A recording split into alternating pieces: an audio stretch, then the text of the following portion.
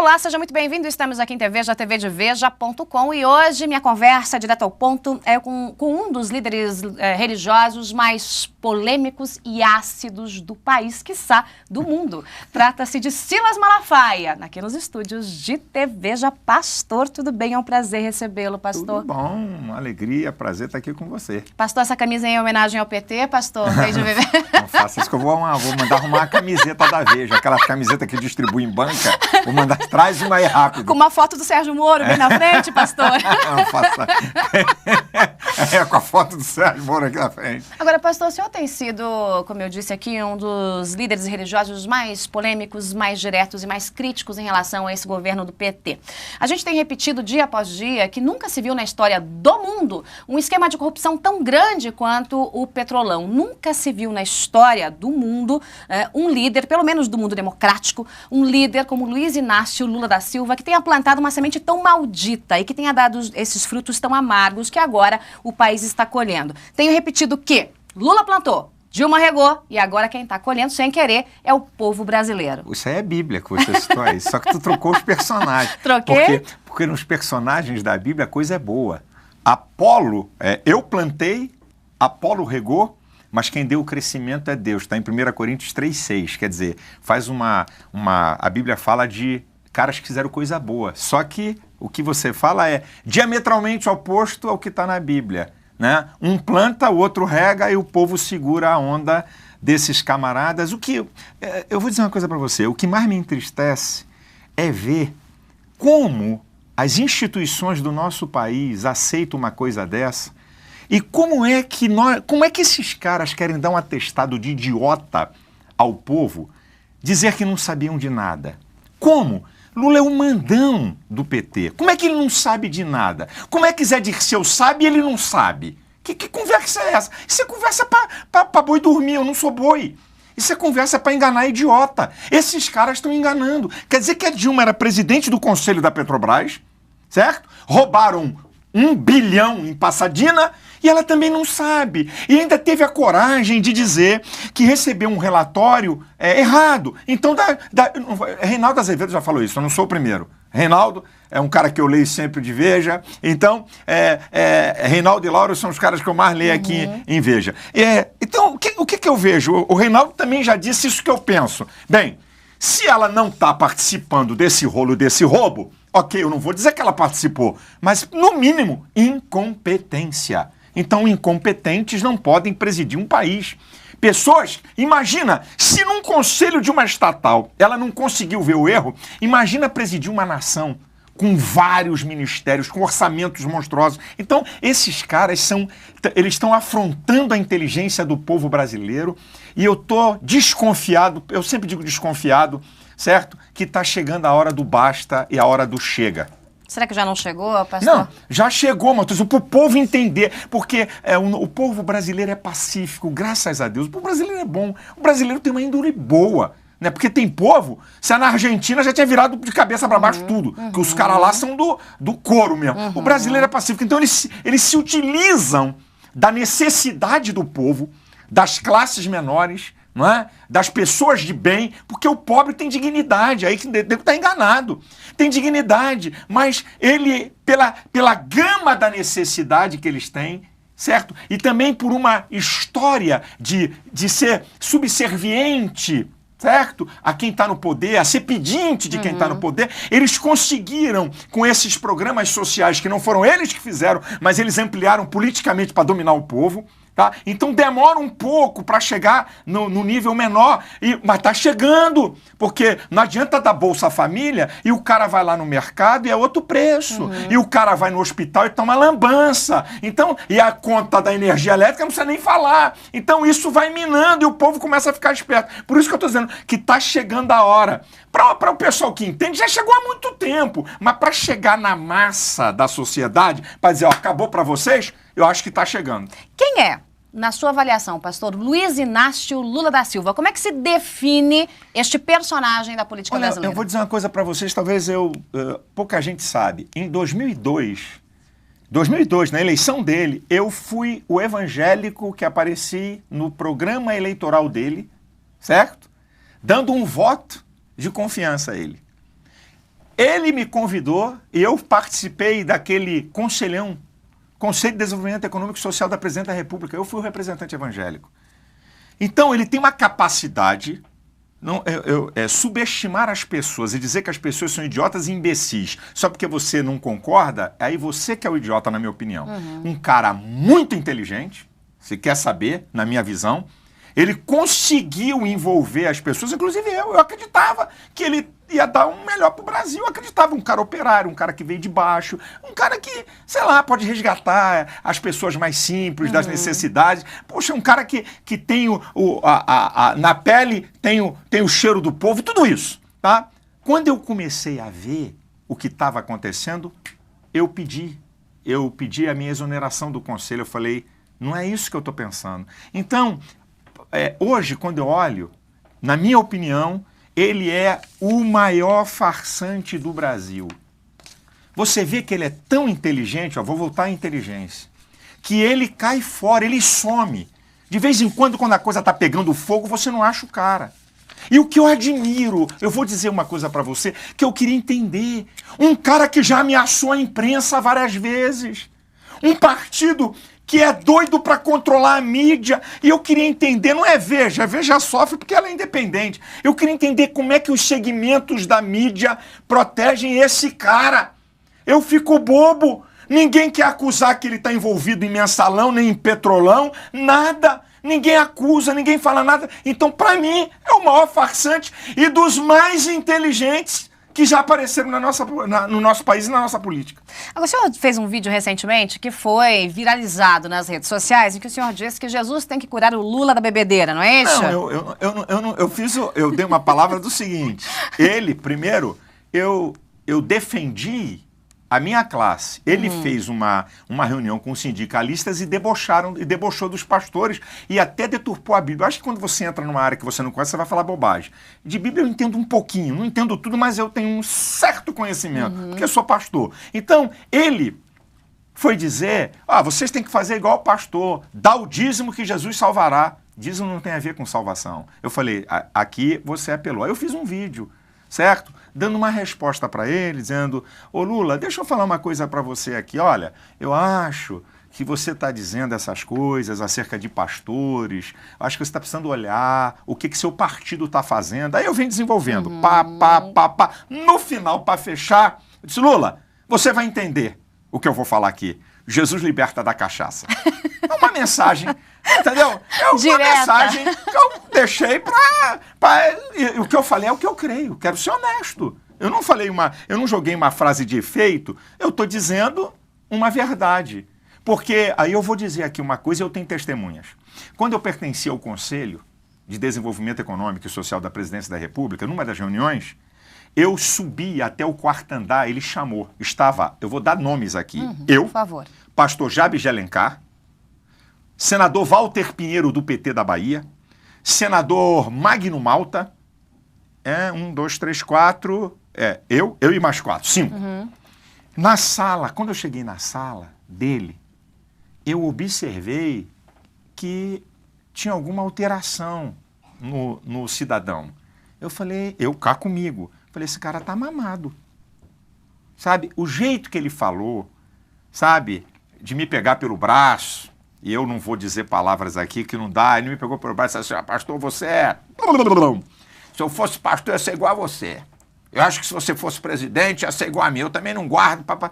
Mas eu achei estranho. E eu posso estar até enganado, porque a gente se engana, a gente olha para uma pessoa, vê, pensa que é uma coisa e não é. Mas tem coisas que nem crianças de 7 anos conseguem se enganar, né, pastor? Me parecia, e eu tenho testemunhas, eu estou dando nomes aqui, que o cara estava meio alterado, não por ingestão de água, sabe? Alguma coisa misturado na água que dá assim a pessoa, fica um pouco com a boca mole, o olho meio vermelho, falando meio, sabe? Eu tive essa... Aí eu já ouvi umas conversas, então eu deixei uma frase, eu não estou dizendo que ele é. Eu deixei uma frase.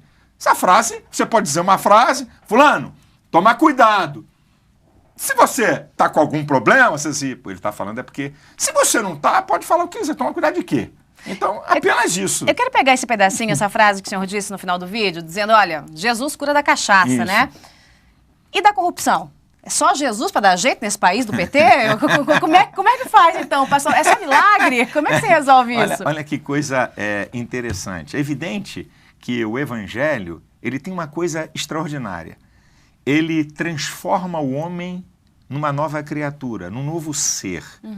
Pastor não faz isso, padre não faz isso, não é o homem que faz. Eu creio no poder do Evangelho que muda o homem para uma vida melhor. Eu creio nisso. Tanto se eu não cresço, eu não pregava, eu não nasci para falar coisa que eu não vejo acontecer. Eu não nasci para falar de teoria. Então, o Evangelho transforma. E o Evangelho restaura o caráter da pessoa.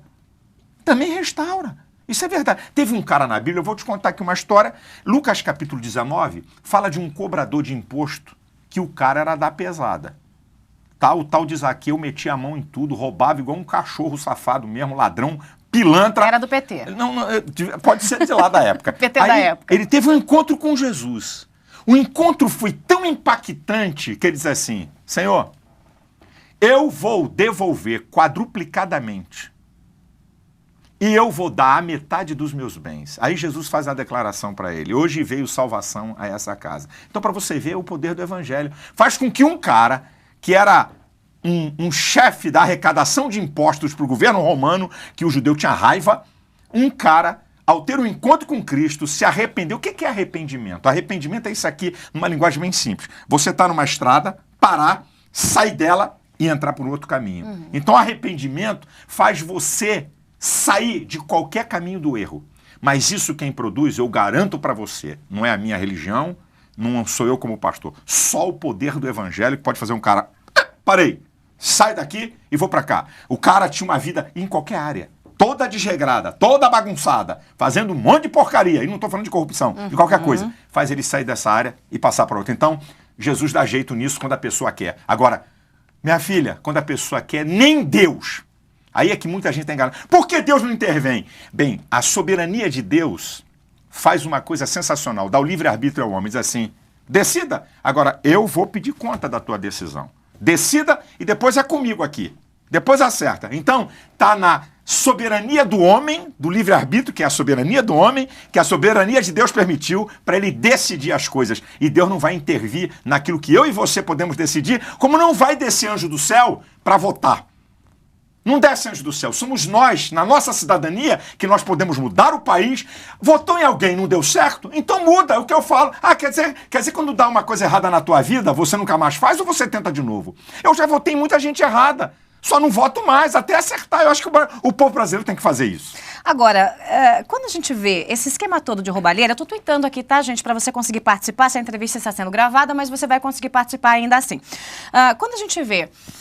pastor, um esquema de roubalheira que serve a um projeto de poder, porque é um projeto de poder, e também aos luxos todos, que essa gente gosta e gosta tanto, né? Zé Dirceu da vida, o Lula com seu triplex, depois com seu duplex aqui em São Paulo, com seu triplex no Guarujá, né? Gosta de uma vida boa, gosta de uma mamata, gosta daqueles vinhos de 10, 20, 30, 40 mil dólares, é uma belezinha, né? A gente vê que isso é muito humano, usando uma linguagem bíblica, é da carne, né, da turma do PT. Natureza humana. É a natureza humana. Quer dizer, se beneficiar de tudo isso. É porque seria muito fácil jogar, não, vamos tratar aqui a coisa por um lado espiritual. O senhor pastor pode falar disso. Mas é bem humano, né? Essa canalice, essa roubalheira é bem humana. É claro, a Bíblia diz que o dinheiro por tudo responde. É a Bíblia que diz isso. O dinheiro por tudo responde. E o poder, minha filha, o poder, querida, é um negócio perigoso.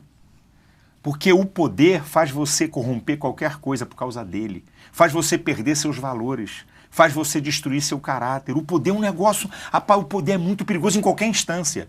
A gente fala do poder de presidente, não, qualquer instância. Você quer ver? O camarada é auxiliar administrativo de um setor. Passou a ser chefe. Tem 2. É ele e mais 2.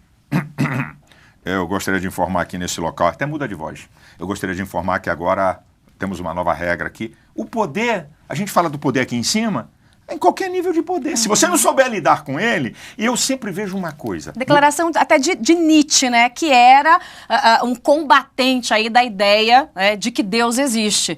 Toda relação é uma relação de poder.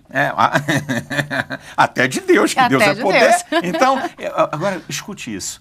O que sempre eu vi é que o discurso da esquerda, ele é hipócrita e farisaico.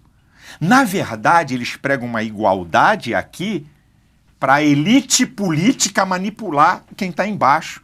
Na verdade, é uma casta de privilegiados, isso vem lá do comunismo.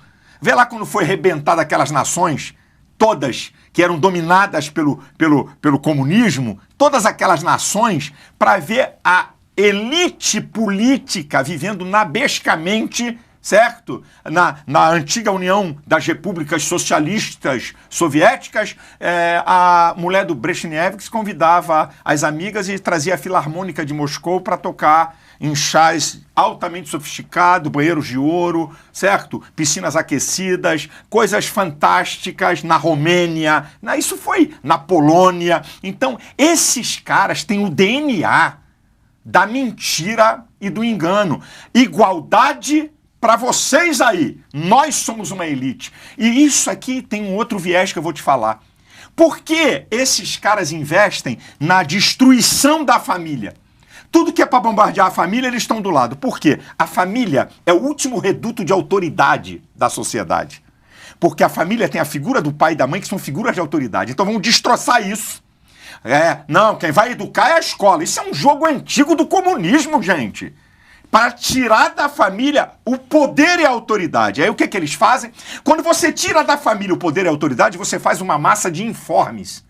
Essa massa é manipulada por uma elite política. Isso é um jogo ideológico dos mais perversos que existem e que vem lá de trás. A gente vai falar já já sobre essas questões da família e, claro, da homofobia, do beijo gay, tudo isso vai entrar na pauta. Mas primeiro a gente vai falar um pouco mais de política, porque esse negócio é bom. Falar de política é bom, viu, pastor? O senhor... E você gosta muito. Não tem jeito. Você tá no teu DNA. Tá aqui, ó. Já falei em DNA, tá no seu. Tá no meu. O senhor adotou aí nesses últimos anos, o senhor mesmo disse, olha, eu já fui pró-Lula, errei, até eu caí na conversa aí, né, do ex-presidente. E depois disso, depois que o senhor viu, né, que aquele pato era ganso, ou aquele ganso era pato, né, o senhor resolveu adotar esse discurso muito crítico. E claro que veio aí uma tentativa de retaliação. O PT, inclusive, colocou Receita Federal para investigar o senhor, fazer aí um vasculhão na sua vida, não encontraram nada. Colocou? Ainda estão? Colocou? Ainda continua, eles não param não. É uma tentativa de intimidação. Eu conheço o jogo. Só que eu tô aqui, né? Tô só esperando o final da história, porque eu tenho minha consciência. Se eu fosse o que eles pensam que eu sou em relação ao que eles fazem, pensam que eu faço, ou que algum pastor... Porque já viu essa história? Tem um pastor, 2, 3 bandidos. Tudo que é pastor é bandido. Bandido tem tudo que é segmento social. Eu digo isso, tem pastor bandido? Tem padre bandido, advogado bandido, vai por aí fora. Então, você pensa que... Quando eu fiz, eu vou dizer como é que foi o fato. No dia 6 de junho de 2013, eu fiz uma manifestação em Brasília, numa quarta-feira à tarde, que foi uma das maiores. Tinham lá mais de 70 mil pessoas. E eu disse em alto bom som, ainda estavam discutindo sobre o mensalão, o final da história, eu disse, Supremo Tribunal Federal, bota esses bandidos na cadeia. Aí o povo fez, cadeia, cadeia. Se pegar os vídeos, tá lá. Muito bem. 30 dias depois, 2 equipes diferentes me intimaram. A igreja que eu sou pastor e a Associação Vitória em Cristo, que é uma entidade sem fins lucrativos, e aí começou. 1 ano de investigação. Olha aqui, eu estou dando dados, eu comprovo isso em qualquer área do judiciário. 1 ano, eles pediram mais de 1000 documentos, de tudo. 1 ano depois, essas equipes diferentes encerraram, porque não encontraram nada. Encerraram. Negócio de 10 dias, 8 dias, 7 dias, eu não me lembro aqui o tempo certo. 2 outras equipes diferentes, uma em cima da igreja e outra em cima da associação, no mesmo ano que foi 2010. De novo, isso é o quê? Se isso não é perseguição, é o quê? Depois de 3 auditores fiscais, durante 1 ano, pedir tudo que é documento, encerrar nas 2 entidades, grupos diferentes, depois que encerra, que não encontram nada, abrem de novo e o pau está quebrando, certo? O pau está quebrando até agora e eu estou esperando, certo? Eu digo que eu não contrato advogado de porta de xadrez, tá? meu advogado é uma grande banca do Rio de Janeiro, Dr. Jorge Vacite Neto, está aqui comigo até, veio me acompanhando, ele está aqui, está assistindo. Então, eu disse, Dr. Vacite disse, calma, vamos esperar para ver o final da brincadeira. Então, você vê, nós estamos em 2015 e eu ainda estou lá debaixo de averiguações da Receita Federal, mas eu estou quietinho, bom cabrito não berra. Mas sabe o que é isso? Para intimidar, pensando que eu me calar. Certo? E olha, a Receita Federal é uma instituição fenomenal para o país. De gente séria. Tem muita gente séria. Eu não sou criança, não sou idiota. Agora, porque estão em cima de mim, é bandido? Não. E quero te ser franco. Eu não tomei a charque de ninguém. E podiam, lá no ano, que vieram pelando tudo, podiam chegar e dizer, ó, compõe aqui um negócio, a gente encerra. Ninguém, vieram mesmo pro pau. Não vieram para brincar. Certo? O senhor teme alguma coisa? Eu não temo não, porque eu sei, eu digo sempre uma coisa, primeiro eu sei quem eu sou, e eu sei em quem eu tenho crido, essas duas coisas, certo? Ninguém vai prevalecer contra mim com cachorrada, com mentira, com safadeza. Ah, tem aqui um erro. Ah, tem um erro? Eu não sou contador? Você sabia que existem 4, deixa eu falar isso que é muito legal, você sabia que existem 4 profissões que pode botar você no céu e no inferno? Vou te mostrar. Fala, pastor. Médico. O cara diz que você tá com uma coisa, você diz o quê? Você não sabe. Você sabe se você tá ou não tá? É um contador. O cara que faz a contabilidade, não sou eu. Como é que... Eu não entendo de contabilidade. Advogado e pastor. Tá aqui as 4. Eu tô me... Sabe por quê? Chega uma pessoa com um problema do tamanho de um bonde para um pastor... A pessoa está aflita, a pessoa está agoniada, a pessoa crê que aquele cara, e ele vai e dá uma direção que vai estourar a vida da pessoa se não tiver sensibilidade. Essas 4 profissões, pastor não é profissão, é sacerdócio, mas vou incluir para o pessoal entender, bota qualquer um no céu ou no inferno. Se o meu contador, uma coisa é erro, outra coisa é roubo, laranja, tirei dinheiro da igreja, aqui... eu tô desafiando, tô usando a TV, tô desafiando a Receita Federal a provar que eu tirei dinheiro da igreja, que eu roubei a igreja, que eu roubei a associação, que eu desviei verba. Eu fui talvez uma das únicas pessoas, quando um bandido do jornalista da Forbes disse que meu patrimônio era de 150 milhões de dólares, e eu sei porque ele falou isso, o interesse, dizendo que a Polícia Federal, você jornalista sabe, entende o que eu vou falar, que a Polícia Federal, o Ministério Público é que deu as informações. Quando é que a Polícia Federal dá informação de patrimônio de alguém? A receita para dar é em sigilo de justiça. Então ele fez para tentar me denegrir e os interesses estão debaixo do pano. Então, sabe o que eu fiz, filha? No meu programa em rede nacional de televisão, eu peguei minha declaração de imposto de renda e botei que é 2% do que ele falou. Eu não devo nada, tá aqui, ó. Eu ponho, eu abro, eu assino. Abre lá meu sigilo fiscal, eu assino para qualquer juiz, para qualquer um. Vamos ver. Eu desafio. Diz que eu roubei a igreja. Dizer que o outro é ladrão, dizer que o pastor é ladrão é mole, minha filha. E tem aí mesmo. Agora, eu tô desafiando. Olha o que eu tô falando. Eu tô usando um veículo poder. Eu desafio a Receita Federal, o Ministério Público, quem quiser aprovar que eu desviei dinheiro da igreja para botar no meu bolso, que eu tirei dinheiro da associação para me completar, ou desviei para laranjas, para terceiros, para esse dinheiro vir para mim, eu tô desafiando. Eu sei o que eu sou. Desafio tá feito. Aqui na TV já. Vamos continuar essa conversa aqui que tá esquentando. Meu advogado vai estar dizendo assim, meu Deus. Fica quieto, homem. Meu Deus. Tô certo, doutor Vacite? Ele me acompanha, ele tá aqui me ouvindo. Tá certo. Porque é verdade. Descobriu, pastor, teve um erro contábil. Meu filho, eu não sou contador. Tem erro contábil, tem que pagar alguma multa? Eu não brinco por isso. Mas já teve erro contábil? O senhor descobriu no meio desse processo ou ainda não? Não, de erros. Me deram uma multa na igreja. Mas nós estamos recorrendo porque ela não é legal. A maneira que eles olharam e viram, e eu tô recorrendo. Deram uma multa na igreja. Mas não é por roubo, é procedimentos fiscais. Pode acontecer, se uma investigação vir, dizer, tem aqui um erro contábil, porque você pagou a uma empresa e tinha que reter não sei o quê. Meu filho, eu não controlo. Eu nem assino o cheque da minha igreja. Eu criei no meu estatuto a figura de um administrador, para que o tesoureiro e o administrador, tem que ter 2 nas instituições, assine, porque eu não gosto de detalhe do dia a dia. Eu nunca gostei de administrar o dia a dia. Eu não nasci para isso, sabe? Eu sou agoniado com essas coisas. Na editora, que eu tenho uma editora, é minha cunhada que toma conta de todo com a minha filha. Eu não quero saber. Então, na igreja, eu tenho 2 pessoas da minha confiança para assinar. Eu nem assino. Mas se tiver um erro contábil, eu não tô aqui para dizer, olha, pode ir lá, vocês não vão... Pode encontrar, não sei, pode encontrar. Agora, eu não tô falando disso. Eu sei qual é o jogo. O jogo é... Eles estão pensando que eu sou ladrão. Eles estão pensando que eu vou encontrar falcatrua, sabe? E vão quebrar a cara. Pensando ou induzindo outros que pensem? Eu acho que... Mas ó, o que eu tô vendo, o que eu acho, o que eu acredito... Eu sempre acredito nas pessoas. Eu acredito que, como a Receita Federal é uma instituição séria e importante, lá dentro tem muita gente séria, que não é nem do PT nem do PSDB. É gente profissional de alto nível. Lá tem os melhores caras na área da tributação, dessa coisa toda. Então, eu acredito que gente séria vai ver que tem cachorrada na história. Vamos falar de um outro homem que é bravo, né? E que tem colocado aí o PT debaixo do chinelo, é uma surra atrás da outra, surra de cinta. Eduardo Cunha, que é o presidente da Câmara dos Deputados, que começou derrotando o PT no momento em que foi eleito presidente da Câmara. Eu estava lá, a gente parecia a final de Copa do Mundo, foi de goleada. O PT tentou de tudo, inclusive fez a besteira de colocar o Arlindo Quinalha, que não queria disputar esse páreo não, mas foi obrigado, passou por um vexame junto com o próprio Partido dos Trabalhadores. Pois bem, o senhor fez um discurso muito inflamado em relação à corrupção na Petrobras, na Marcha para Jesus, né, no Rio de Janeiro. O senhor citou aí recentemente a questão do mensalão, agora, há pouco, mas o senhor também discursou aí em relação ao Petrolão. Eduardo Cunha estava do seu lado. Ele também é investigado pela Lava Jato, pelas questões envolvendo o Petrolão. Foi um dos convidados desse evento, né?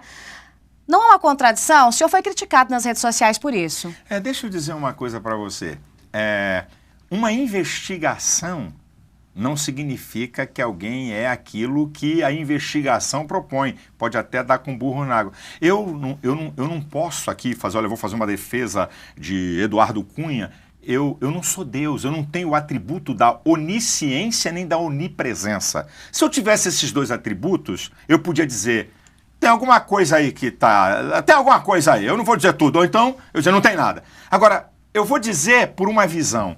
Eduardo Cunha é um cara inteligentíssimo. Eu vou dizer aqui, alguém não pode saber, como eu conheço um pouco, ele é um cara de um QI, vamos falar do antigo QI. Ele é um gênio, tá? Se os estudiosos classificarem esse cara, ele é um gênio.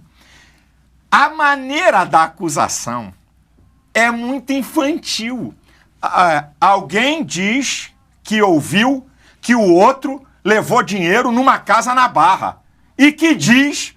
alguém diz, sujeito indeterminado, que levou numa casa na Barra. Então, eu acho que a acusação é muito ridícula para o nível do cara.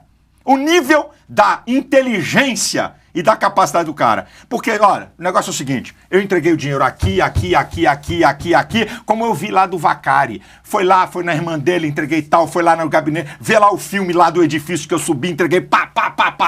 Ok? Aí não tô aqui para falar nada. Então, a maneira e uma outra coisa que eu achei interessante, eu sou psicólogo, eu sou um bom observador. A reação. Eu não vi ninguém que foi acusado, nem em mensalão, nem em Petrolão, dizer assim, eu vou na comissão, podem me interrogar, eu quero ir, me convoca aí. Só viu o Eduardo Cunha fazer isso. Eu não vi ninguém partir para dentro e dizer assim, não vou aceitar, vou pro pau. Não, meus advogados respondem. Meu advogado fala. Sabe? Ninguém fala. Então, quando eu não estou dizendo, eu não sou Deus, eu vou dizer o quê? Como é que eu vou botar a minha mão? Bota aqui. Eu não posso. Eu não tenho nem autorização para fazer. Nem pelo meu filho, que eu conheço bastante, não sei. Ele é um ser, é um indivíduo. Sabe o que é indivíduo? A qualidade de ser único, inconfundível. Olha que coisa linda. O que é um indivíduo? O que são? Nós somos únicos, inconfundíveis, sabe? Insubstituíveis. Então, eu não tenho como dizer. Agora, acho estranho. E outra, na Marcha para Jesus, eu não sou o dono da marcha, tá? Eu sou presidente do conselho e é praxe a marcha receber qualquer político. Já tive o prefeito do Rio, já tive Lindenberg e Farias, eu recebo e honro. Tá? Qualquer um que chegar, eu honro. Tava lá Bolsonaro, tinha um monte de deputado. Eu honro. Então, só que ele é o presidente. Eu aprendi a lei do protocolo. Eu tô com a terceira autoridade do país. Agora, eu tô dizendo assim, não de defesas apaixonadas ou loucas, que eu não sou criança, mas é muito frouxo, é muito raso o ataque a ele. E outra, que coincidência é essa? Como é que o procurador, 2 dias antes de soltar a relação, está com o ministro da Justiça? Ah, se isso aqui, desculpa, se isso é um país sério. Ah, minha filha, como o cara tá com uma autoridade do governo que está enrolada até o pescoço, 2 dias antes de soltar uma lista de acusações que vão bombardear, sabe, a integridade e a vida das pessoas. Então, me desculpe, outra, o Eduardo ganha com discurso contra o governo. Vamos tentar dar uma trava nesse cara aí, para ele amansar, só que eu tiro só pela culatra. Essa aqui é mais uma prova. O cara é macho. Pode não gostar do Eduardo, na minha opinião. Ninguém é obrigado a gostar de político nenhum. Pode não gostar agora. Eu não voto nele, eu tenho meu candidato, eu tenho um deputado federal do Rio, que é o Sóstenes, que é meu deputado eleito pela minha influência, mas desconhecer o trabalho de Eduardo na frente da Câmara, ele está dando dignidade a esse poder, está mostrando que pode se trabalhar em favor do Brasil. Você pode não gostar de alguém, mas reconhecer o seu trabalho, tem que reconhecer. Não estou aqui dizendo que ele não está e tal. Eu só estou achando muito fracos os indícios para acusar ele. Bom, para a gente passar para o próximo bloco, eu quero fechar a questão Câmara, porque o senhor acabou citando o Sóstenes aí, que é o seu candidato, né? O senhor o apoiou, isso, etc. E tal. O senhor já apoiou aí outros candidatos na história, né? Sim. Como o próprio Lula. Tinha que apoiar o Lula, né, pastor? Fala sério, né? Eu vou lhe dar uma bronca aqui. Como é que o senhor fala? A culpa também é sua, pastor. Então eu vou lhe dar... Porque o senhor levou um monte de gente a votar nele. A culpa também é sua, Eu vou lhe dar uma palavra para você. Você sabia que a grandeza do ser humano não são seus acertos? Você sabia que a grandeza do ser humano é reconhecer seus erros e corrigir suas rotas? É verdade. Ainda bem que o senhor corrigiu a tempo, então eu tô nessa. Mas deixa eu lhe perguntar, o senhor, com esse ânimo todo, com essa coisa da política, né, com essa veia política, com esse discurso ácido e com essa multidão que ele segue, nunca pensou em correr esse páreo, não? Seguir candidato? Eu vou te explicar por quê. Partidos são partes da sociedade. Eu não sou de parte, eu sou do todo. Eu não fui chamado para isso. Eu acredito que o cara, para ser político, é uma chamada para isso aqui. Como é que eu posso ser pastor e ser político? Não dá. Ninguém é chamado para 2 coisas, na minha visão, com muito respeito. Eu não estou falando mal de quem é pastor e está lá, cada um tem o direito de pensar. Não, pastor, me licenciei como pastor e estou lá, ok. Então, e outra, olha que coisa interessante. Se eu fosse de um partido político, eu ia ser eleito deputado. Molinho. Elegi gente que ninguém conhecia. Quem era Sóstenes? Ninguém sabia quem ele era. Ele aqui é meu candidato. Bum! Foi eleito. Foi o 12º mais votado no estado do Rio. Tá? Meu irmão é candidato. É o 3º mais votado como deputado estadual. Então eu me elegeria. Só que se eu faço isso, eu ia ser 1 entre 500 e burdoada. Quando eu não sou, um dia desse eu tive no Senado. Eu falei com o líder do PSDB, com o líder do PP, com o líder do governo, Delcídio Amaral. Falei com vários caras daqui. Por que todo mundo me recebeu? Porque, primeiro, eu não estou disputando com nenhum deles. Eu não estou disputando espaço. Você é de que partido? Do PMDB? Então se vira lá com o PMDB, malandro. Você é de que partido? Do PSD? Se vira lá com o PSD. Então o senhor não precisa costurar uma coerência partidária para os apoios. Porque o senhor já apoiou Tucano, por exemplo, Serra. Claro, né? Os seus 2 representantes do Congresso são do PSD. Teve também gente do PMDB, gente do PT. Eu apoiei vários. Na legislatura, lá, tem vários caras, deputados federais, que usaram a minha cara e a minha voz no programa eleitoral. Primeiro eu quero saber a vida do cara. Hoje, antigamente eu tinha um discurso assim, eu fazia assim. Estou dizendo como é que a gente vai evoluindo e vai aprendendo, que ninguém nasce sabendo tudo. Eu dizia assim, o que importa é a pessoa, não é o partido. Eu sempre falei isso. Quem pegar aí minhas mensagens na internet, a gente vai ver que eu falava isso há 4 anos atrás. Mas depois dessa lama do PT, aí eu digo, não, com todo respeito, do PT não dá agora. Você não apoiaria mais um candidato do PT? Nem a deputada, nem a nada. Agora não. Tenha paciência. Pode vir vestido de ovelhinha, cordeirinha, não tem. Acabou. Então sai de lá. Então sai de lá. Eu, por exemplo, eu estou ouvindo falar que Walter Pinheiro vai pular fora. O senador da Bahia. Ele disse para mim pessoalmente. Ele falou, a coisa está ficando muito feia e como é que fica isso? Então, eu ouvi dizer que Paulo Paim vai pular fora. Tá? Gente que tem dignidade, está no PT, então o cara começa a fazer um questionamento sobre a sua história política, claro. Autocrítica. Claro. Então, hoje, eu vou querer saber que partido é o cara, certo? Qual é o teu partido? Como é que é? Extrema esquerda? Tô fora, não apoio ninguém. Ninguém de extrema esquerda eu apoio. Porque combate as ideologias que eu prego. Então, não tem. Agora, eu apoiei candidatos para deputados federais do PSDB, apoiei gente do PSB, apoiei gente do PSD e do PMDB. Então tem deputados lá que eu emprestei minha cara nesses partidos aqui, certo? Porque eu sou do Rio, mas como eu sou uma figura de uma certa influência no meio evangélico, eu não conheço nenhum líder evangélico que tem influência total, eu tenho uma certa influência, certo? Como outros líderes, então, né, como eu sou um cara que bota a minha cara pra tapa e marco posições, então ajudei a eleger alguns. Além do Lula, o senhor se arrependeu de algum que ajudou a eleger? Ah, sim, Sérgio Cabral. Eu me arrependi de ter... O Sérgio Cabral, eu pedi desculpa numa rádio FM evangélica do Rio. Por que especificamente? Eu vou dizer por quê. Quando o Sérgio Cabral foi candidato, ele tinha um monte de projeto dos ativistas gays que ele fez. Aí, política é uma composição. Eu falei, amigão, só quero te fazer uma pergunta. Se você for eleito governador, você vai dar corda àqueles projetos que você deixou na Assembleia ou vai segurar? Não, pastor. Não. Vamos segurar isso e tal, papapá. Então tá bom, vou te apoiar. Entrei no programa dele eleitoral, falei na minha comunidade, ele foi eleito. Filha, 90 dias depois que esse cara foi eleito, ele ressuscitou tudo. E foi por causa dele que o Supremo Tribunal Federal deu a união estável ao ativismo gay.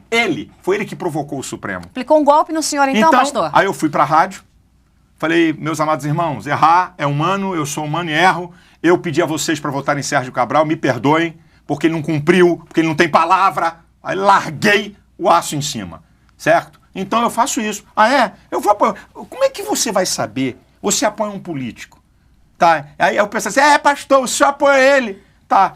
Eu seria incoerente se eu continuasse apoiando alguém que eu sei que está fazendo cachorrada ou que não tem palavra. Aí podia me acusar, o senhor não tem coerência, foi comprado, pastor? Qual é o jogo? Agora, quando você descobre que você apoia alguém que não cumpriu com a palavra em alguma área, tá, daquilo que você acordou ideologicamente, ou que entra numa lama desgraçada de corrupção, tô fora. Certo? Esse foi os dois de nível maior que eu me arrependi de ter. Não só porque eu não tenho como só votar, porque hoje os evangélicos são 25, 27% da população. E como eu sou um cara que eu não sei ficar calado, eu não sei ser covarde, aí a imprensa, vocês... A culpa é nossa, pastor, gente ruim. Vocês não são brincadeira. O tal do Thiago Prado, que não é brincadeira. O seu Reinaldo Azevedo, que não é brincadeira. E agora a senhorita aqui entrando nessa mesma caldeira, não deixa a gente quieto e eu não tenho papo na língua e vou largando tudo. Aí eu não tenho como me isentar. Essa que é a história. Pra gente fechar a questão política, pastor, o PT, o ex-presidente Lula e o filhote dele, a cria dele, Dilma Rousseff, foram as piores coisas para o Brasil, na sua avaliação? Olha, é triste a gente falar isso, sabe? É triste porque você perde um tempo da história de um país e de um povo. O Brasil podia estar lá na frente. O Brasil jogou todas as oportunidades no lixo. Fizeram proselitismo político, isenção, a linha branca, automóvel, casa, agora tem um cheque para mobiliar o projeto Minha Casa. Vamos distribuir Bolsa Família para quem não precisa, que vai de carro buscar o dinheiro e deposita na conta da poupança. Quer dizer, isso é uma das coisas mais horríveis, fazer o povo ser cliente de um governo que instala o caos, faz esse povo sofrer para depois comer migalha para se manter no poder. Como é que isso é a coisa de mais horrível que aconteceu na história política da nossa nação e que poderia ter sido uma das melhores coisas, porque um cara que vem de baixo sabe o que é sofrer, sabe qual é. O cara vem de baixo, gente, isso tem um valor muito grande. Meu sogro dizia assim, quando ele via a comida no prato que sobrava, tá deixando comida? Não quero mais. Você não sabe o que é passar fome. Vê se uma pessoa que passou fome deixa a comida sobrar no prato. Tá lá tá nos meandros lá do inconsciente. Então como é que um cara que vem de baixo, da lascada da miséria, que tem a oportunidade de resgatar uma nação, leva a nação pro buraco? Um traidor? Olha, no nível do povo, sim, e um dissimulado para tentar se manter no poder. Rapaz, eles fazem uma coisa incrível. Eles conseguem ser governo e oposição. Ele é governo e critica ele mesmo, e eles criticam ele mesmo e falam deles, mas continuam para poder dizer, vamos dizer que nós estamos criticando isso aqui para se manter no poder. É um jogo tão sórdido, tão sujo, que dá repugnância. Você que consegue ver... Meu sogro dizia uma coisa interessante. Meu sogro foi um cara fenomenal, assim, na minha vida. Ele dizia assim, meu filho, você sabe qual é a pior coisa do mundo? O que é? Um pastor muito experiente falou, é o pobre burro. Eu falei, não estou entendendo o que o senhor está falando. Pobre burro é a pior coisa do mundo. Não, o pobre inteligente, desculpa. A pior coisa do mundo é o pobre inteligente. Por quê, pastor? Sabe por quê? Ele sabe das coisas, mas não tem acesso ou não tem a grana. Ele sabe o que é bom, sabe o que é a coisa, entende, mas devido a questões sociais e uma série de inconvenientes, a pior coisa é o pobre inteligente. Quer dizer, quando você percebe e você não tem o poder de mudar, e você está vendo, você sozinho não tem o poder. Por isso que o povo brasileiro tem que entender isso. Sabe?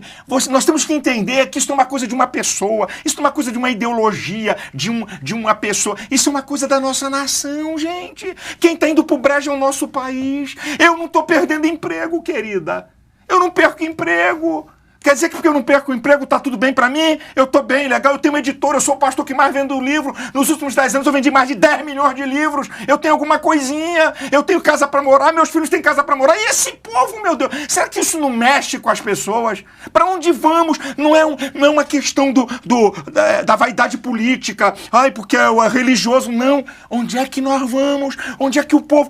Será que o povo brasileiro acorda? Tem a ver com vocês? Tem a ver com esse povão? Eu lido com pessoas. A minha igreja tem nego da alta, certo? Porque nós somos um extrato social. Minha igreja tem doutores, tem PhD, tem professores universitários, mas tem gente do povo. E eu fico vendo como esse povo que é enganado por esses governantes populistas falsos para se manter no poder, como é que eles são enganados? E olha que eu sou um pastor e oriento e falo e mostro, mas eles ficam desconfiados de você, sabe? Porque foram ludibriados, sabe, para a necessidade. Você sabia que os instintos mais veementes do ser humano é fome e sede?